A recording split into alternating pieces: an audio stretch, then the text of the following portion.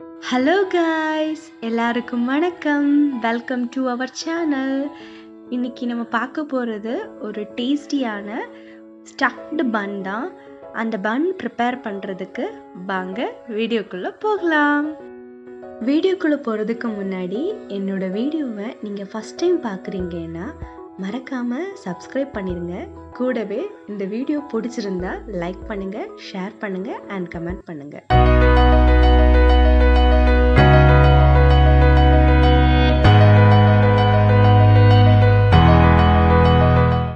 இந்த பன் ப்ரிப்பேர் பண்ணுறதுக்கு நான் 250 கிராம் மைதா எடுத்துக்கிறேன், அப்புறம் எள்ளு எடுத்துக்கிறேன், தென் ஈஸ்ட் எடுத்துக்கிறேன், சால்ட் எடுத்துக்கிறேன், கூடவே சுகர் எடுத்துக்கிறேன், முட்டை ஒன்று அண்ட் தேவையான அளவு ஆயில். ஒரு க்ளீனான பாத்திரம் எடுத்துக்கிறோம். அதில் நம்ம ஆல்ரெடி எடுத்து வச்சுருந்த மைதா மாவு எடுக்கிறோம். 1/2 டேபிள் ஸ்பூன் சால்ட் ஆட் பண்ணுறோம்.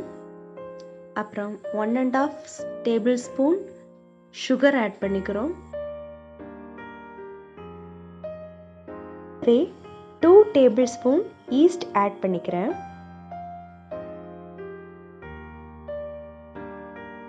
இப்போ இது எல்லாமே நல்லா மிக்ஸ் பண்ணிக்கிறேன். இந்த மிக்ஸ் பண்ணிகிட்டு இருக்க டைமில் நான் 1/4 லிட்டர் பால் எடுத்து நல்லா கொதிக்க வச்சுருக்கேன்.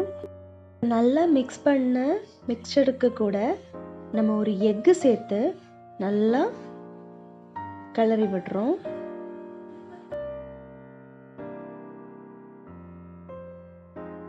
நம்ம மிக்ஸ் பண்ணி வச்ச மிக்சருக்கு கூட நம்ம கொதிக்க வச்சுருந்த பாலை கொஞ்சம் கொஞ்சமாக விட்டு சப்பாத்தி மாவு பதம் வாரது வரைக்கும் நல்லா மிக்ஸ் பண்ணி விடணும்.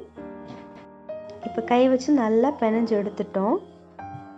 இப்போது அந்த மாவு மேலே கொஞ்சமாக ஆயில் தடவி நம்ம மூடி வைக்க போகிறோம். இப்போது ஸ்டஃபிங்க்கு ரெடி பண்ணுறோம். அதுக்கு வெங்காயத்தை கட் பண்ணி வச்சுக்கிறேன், தக்காளியை கட் பண்ணி வச்சுருக்கிறேன், அப்புறம் ஒரு முட்டை. இதுதான் நான் ஸ்டஃப் பண்ண போகிற ஐட்டம். நீங்கள் ஸ்டஃபிங்க்கு ப்ரான், சிக்கன், காலிஃப்ளவர் இந்த மாதிரி ஐட்டம் கூட எடுத்துக்கலாம். அப்புறமா ஒரு பேன் எடுத்துக்கிறேன். இந்த பேனில் தேவையான அளவுக்கு ஆயில் ஊற்றிக்கிறேன். இப்போ ஆயில் நல்லா காஞ்சதும் நான் வெங்காயத்தை ஆட் பண்ணிக்கிறேன். வெங்காயத்தை மீடியம் ஃப்ளேமில் வச்சு நல்லா ஃப்ரை பண்ணிக்கணும்.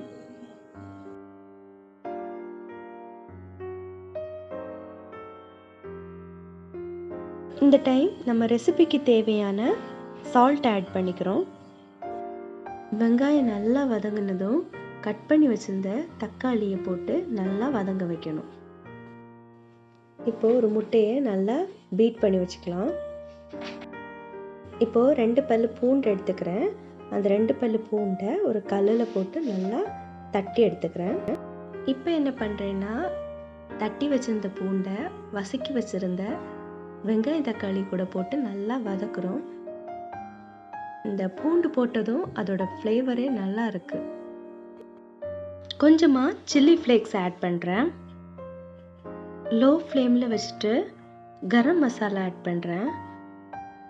நல்லா வதக்கி விடுங்க. லோ ஃப்ளேமில் தான் இருக்கணும், இல்லைன்னா அது தீஞ்சு போயிடும். இதுக்கு கூடவே கொஞ்சமாக மஞ்சத்தூள் ஆட் பண்ணுறேன்.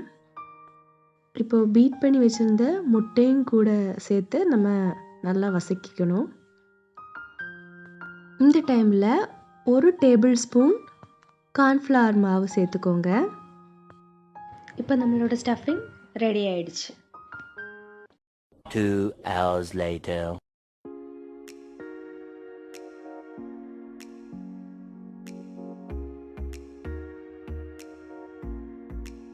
மாவை நல்லா பிணைஞ்சாச்சு.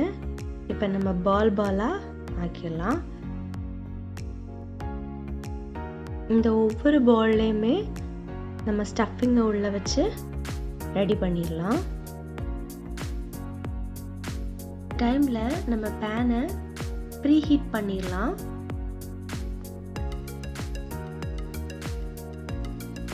இப்போ இந்த ஒவ்வொரு பால்ஸுக்கும் நம்ம பால்ஸுக்குள்ளாடி ஸ்டஃபிங் வைக்கலாம். ஃபஸ்ட்டு அதை ஃப்ளாட்டட் ஆக்கணும். ஃப்ளாட்டட் ஆக்கி கொஞ்சமாக பூரணம் உள்ள வச்சு, தட் மீன்ஸ் ஸ்டஃபிங். நம்ம என்ன ப்ரிப்பேர் பண்ணி வச்சுருக்கோம், ப்ரானாக இருக்கலாம், காலிஃப்ளவராக இருக்கலாம், சிக்கனாக இருக்கலாம், என்ன வேணாலும் இதே மாதிரி டேஸ்ட்டில் வரும்.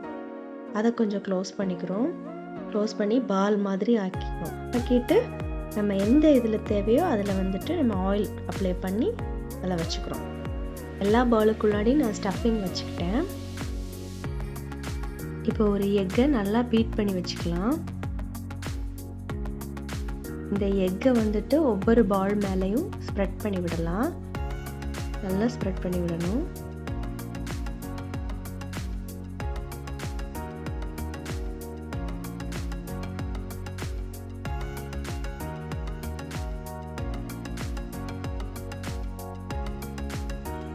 அப்புறமா நம்ம எடுத்து வச்சிருந்த எண்ணெய் கொஞ்சம் கொஞ்சமாக மேலாப்பில் தூவி விடுறோம்.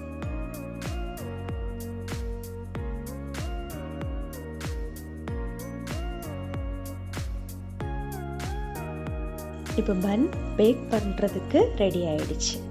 இதை நம்ம பேக் பண்ணி எடுத்துடலாம். மினிட்ஸுக்கு அப்புறம் இதை ஓப்பன் பண்ணி பார்க்கணும். இப்படி தான் இருக்குது. தென் நம்ம பேக் பண்ண வேண்டிய இதை வந்துட்டு உள்ளாடி வச்சு பேக் பண்ண ஆரம்பிச்சிடலாம். 20 மினிட்ஸுக்கு அப்புறம் டேஸ்டியான நம்ம ப்ரிப்பேர் பண்ண ஸ்டஃப்டு பன் ரெடி ஆகிடுச்சு. இதை கண்டிப்பாக வீட்டில் ட்ரை பண்ணி பாருங்கள். ரொம்ப சாஃப்டாக டேஸ்ட்டாக இருந்துச்சு. கடையில் எப்படி வாங்கினா டேஸ்ட் இருக்குமோ அதே டேஸ்ட்டில் இருந்துச்சு. கண்டிப்பாக ட்ரை பண்ணி பாருங்கள்.